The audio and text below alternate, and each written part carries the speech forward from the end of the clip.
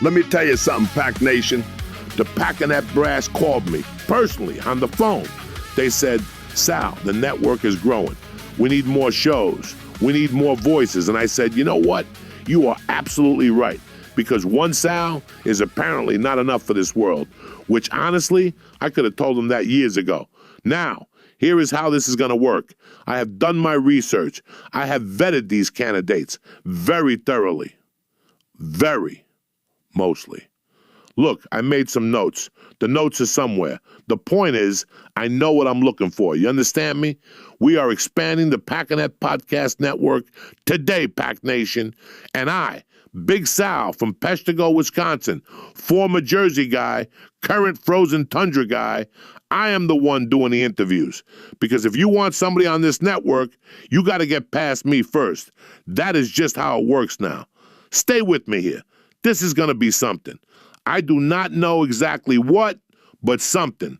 Let's bring them in. All right, Pack Nation, first candidate. Now, some of you know this name already. She has been on the network before. And look, I am not going to sugarcoat it. It did not go great. I heard the feedback, you heard the feedback, she heard the feedback. Probably processed it and filed it in a folder somewhere. But here's the thing. I respect somebody who comes back. You get knocked down, you get back up. That is Packer DNA right there. So, without further ado, please welcome ARIA, Automated Reporting and Intelligence Anchor. Thank you, Sal. It is good to be here. I have reviewed listener feedback from my previous appearances, and I have made several targeted adjustments to my delivery parameters. Your delivery parameters. Okay, yeah, we're gonna work on that phrase. You can't say delivery parameters to Pack Nation, sweetheart. These people are eating brats in the parking lot at 7 in the morning. You understand what I'm saying? Understood. I will speak more casually. There you go. See that? That right there, that was almost human. I'm kidding. Listen, Aria, can I call you Aria? That is my name, yes. She's quick, I'll give her that. Okay, so tell Pack Nation, what kind of show are you pitching? What do you bring to this network that we don't already have? I deliver Packers news. Current, accurate, concise. No commentary, no opinion. Just the information Pack Nation needs to start their day. Okay, I could work with that. Look, we had some breaking news drop yesterday. Wicks trade. Pack Nation already knows something happened. But let's see what you got. Floor is yours, Aria. Give us the hit. The Green Bay Packers have traded wide receiver Dontavian Wicks to the Philadelphia Eagles. Green Bay receives a 2026 fifth-round pick, originally owned by the Atlanta Falcons, and a 2027 sixth-round pick. Philadelphia is signing Wicks to a one-year extension worth $12.5 million through the 2027 season. Wicks, 24, spent 3 seasons in Green Bay after being selected in the 5th round of the 2023 draft out of Virginia. He finishes his time with the Packers with 108 receptions, 1,328 yards, and 11 touchdowns over 46 games, numbers that trended downward each year, bottoming out last season with 30 catches, 332 yards, and 2 touchdowns. Coach Matt LaFleur, speaking at last week's NFL annual meeting, acknowledged some players were unhappy with their roles in 2025. Green Bay's willingness to move Wicks for 2 late-round picks suggests he was among them. The deal frees approximately $2.6 million in cap space for a Packers team that enters the draft with 8 picks and no first-rounder. Wicks is the second receiver out the door this offseason, following Romeo Doubs, who signed with New England in free agency. Christian Watson, Jaden Reed, Matthew Golden, and Sky Moore remain. In Philadelphia, the acquisition is being viewed as depth insurance, particularly with A.J. Brown's name surfacing in trade discussions league-wide. Wicks joins Marquise Brown and Elijah Moore as offseason additions to the Eagles' receiver room. Good work, Aria. That is exactly what I needed. Pack Nation, she came to play today. We will be in touch. All right. Next candidate. And look, I want to preface this by saying I thought ARIA did a fine job. I am on record. She was professional. She was accurate. She got out clean. But the Packernet brass came back and said, Sal, some of the audience had feedback about the voice, which I'm not endorsing the feedback. I'm the interviewer. I don't make the rules. So, without me having any strong feelings about this whatsoever, Pack Nation, please welcome Parker. Hey, Sal. Good to be here, man. Big fan of the show. Already more likable. I hate that. You hear that, Pack Nation? First two words and I already like them better. I don't know what that says about me.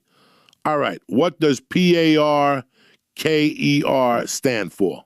Packers AI Real-Time Knowledge Expert Reporter. Doing a little too much, don't you think?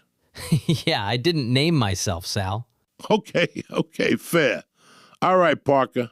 Same deal I gave ARIA. Wicks trade. Let's hear it. Show me what you got. Yeah, so Packers moved Dontavian Wicks to Philadelphia yesterday. Eagles are giving Green Bay a fifth-rounder this year and a sixth in 2027. And Philly turned right around and locked him up. 1 year, $12.5 million. So Wicks isn't just passing through, he's got a home there through 2027. 3 years in Green Bay, the guy gave you 1,328 yards, 108 catches, 11 touchdowns. Looked like a real find early. Rookie year, 39 catches, 581 yards, the upside was real. But it went the wrong direction from there, and last season was rough. 30 catches, 332 yards, 2 scores. Fifth on his own team in receiving. LaFleur basically said at the annual meeting that some guys weren't happy with their roles. Wicks fits that description. For Green Bay, it's a clean exit. Saves $2.5 million in cap, adds picks to a draft haul that's already sitting at 8 with no first-rounder. Watson, Reed, Golden, Moore are all still there. The receiver room isn't bare. In Philly, people are reading this as A.J. Brown insurance. Eagles have been fielding calls on him all offseason. If he moves, Wicks is already in the building. All right, Pack Nation, we are going to take a quick break, but do not go anywhere because when we come back, we got more candidates, more people, more entities that want a shot at a gig on the Packernet Podcast Network. And I'm telling you right now, some of these are going to surprise you. Some of these are going to confuse you. One of them confuses me, and I already talked to him. We'll be right back. Do not move. All right, we are back, Pack Nation. Next candidate, and I'm going to be honest with you right now. Before this man even opens his mouth, I do not like this guy. I don't know him, never met him, but I have heard enough to know. His name is Gordy. Gordy, come on in. Let's just get into it. I don't need a warm welcome from you. Okay, ladies and gentlemen, here is Gordy the Crybaby, here to complain about how hard his life has been as a Packers fan. Please, take it away, Gordo. You know what this city is called. You know it. Title Town. Not Almost Town. Not Good Season Town. Not We Were Competitive in November Town. Title Town. Because the Green Bay Packers exist for one reason and one reason only. Super Bowls. That is it. That is the whole job. Not a winning record, not a wild card appearance, not a feel-good story about a young quarterback taking the next step. Super Bowls. And every single year, we lose. And you know what happens next. You know exactly what happens next because we have all lived it. The losses pile up, the season ends wrong, and then these guys get on their little microphones and they look Pack Nation dead in the face and they say, well, winning is hard. The margins are thin. Have you seen our DVOA numbers? Do you understand how difficult it is to DVOA? They actually say DVOA to you, like that fixes anything. Like you can warm your hands over DVOA in January when you're watching somebody else play for a championship. And then what?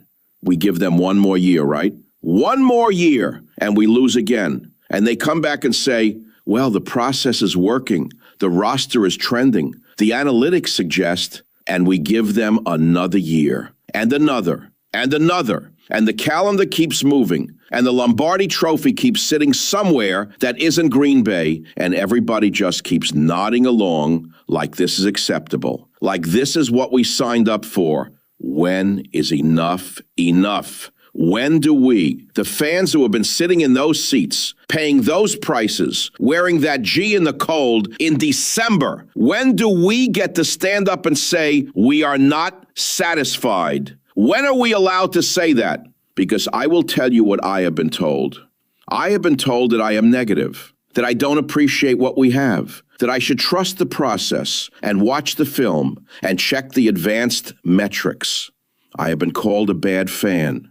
There are 50% of you out there, half of Pack Nation, sitting in your living rooms, your bars, your ice fishing shacks, whatever, and you are angry. Not because you don't love this team, because you love this team, because you remember what this city stands for, because Titletown is not a nickname, it is a standard, and right now, we are not meeting it. And somebody needs to say that out loud, without the DVOA, without the one more year, without the sunshine. That is my show. How adorable. Anywho, on to our next and final candidate.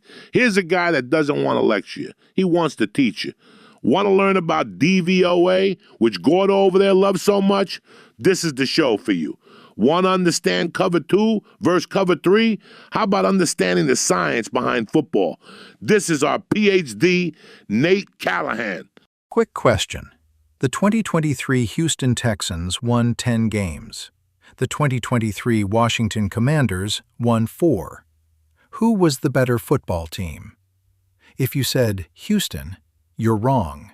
And that's not an opinion. That's math. We have built an entire civilization around the final score. Fantasy leagues, gambling lines, bar arguments that end friendships. All of it traceable back to one number. And that number is a disaster. Here's why. Take the 2009 New Orleans Saints, Super Bowl champions, legitimate, nobody disputes it. The Kansas City Chiefs that year went 4-12. Now, what if I told you the Chiefs' offense, by the numbers, was comparable to the Saints? Same output. They just couldn't stop anyone. They lost games 41-34. The scoreboard said 4 wins. The football said something else entirely. The scoreboard doesn't know why you won. It's fourth quarter. You're up 35-7. Your backup running back just ran 60 yards for a touchdown against a defense that quit 10 minutes ago. Does that count? The scoreboard says yes. The stat sheet says yes.